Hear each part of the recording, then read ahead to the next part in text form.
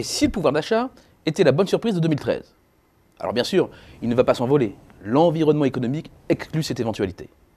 Mais il ne devrait pas sombrer non plus, ce qui est finalement un moindre mal. À l'origine de cette résistance, 3 facteurs. Le premier, c'est la situation sur le marché de l'emploi. Les destructions d'emplois ont été contenues en 2012, à 67 000. Bien sûr, c'est encore beaucoup trop pour ceux qui ont perdu leur emploi, mais les prévisions laissaient présager une situation nettement plus insupportable. Or, on le sait, le cœur du pouvoir d'achat, c'est le salaire. Et le salaire, c'est l'emploi.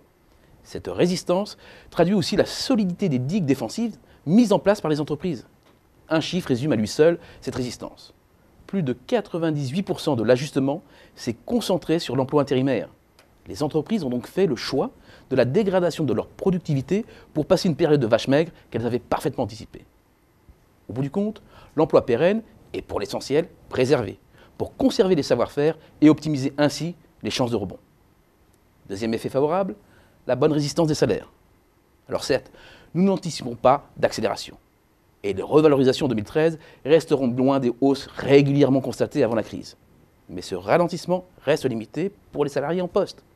En effet, la trajectoire du salaire mensuel de base, c'est-à-dire le salaire brut hors primes et heures supplémentaires, reste bien accroché au-dessus de 2%. C'est une spécificité du marché du travail français. Le salaire du personnel en place, bénéficiant d'un CDI, est intouchable. À cela s'ajoute toute la cohorte de personnes travaillant dans la fonction publique. C'est quand même environ 5 millions de personnes, soit un salarié sur 5. Par définition, ils sont à l'abri du chômage et leurs rémunérations ne peuvent baisser. Il y a enfin un troisième élément propice au pouvoir d'achat, les prix. Plus précisément, le recul de l'inflation. Cela fait en effet plusieurs mois que la hausse des prix s'est assagie, passant de 2,5% début 2012 à 1,2% début 2013. De quoi donner une petite bouffée d'air au pouvoir d'achat.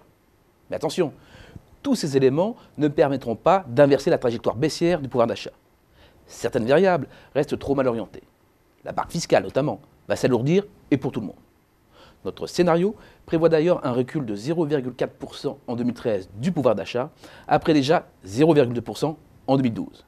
Des chiffres à comparer au décrochage de 1,5% enregistré en Italie, à la chute de 8,2% en Espagne, ou à l'effondrement de quasiment 21% en Grèce sur la période 2010-2011.